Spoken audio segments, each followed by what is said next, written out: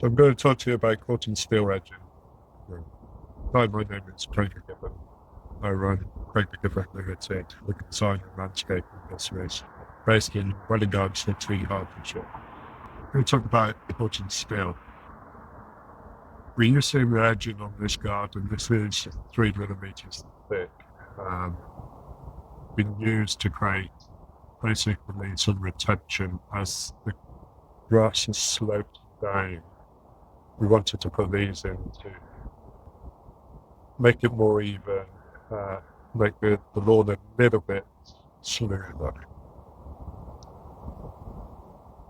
Corten Steel is very sustainable.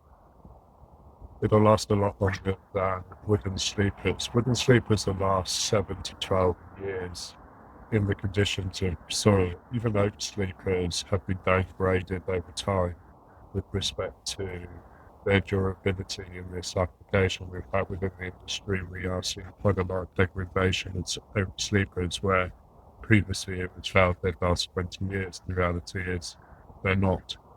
Corten Steel, this basically, it takes about 40 years to lose a millimeter. You've got this beautiful rusted finish which changes over time.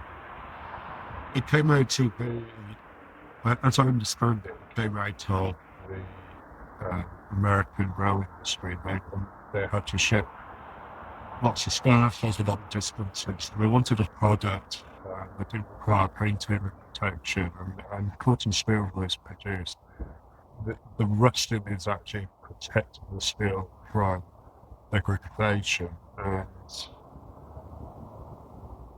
though that doesn't make sense, it is basically a protective layer, similar to that.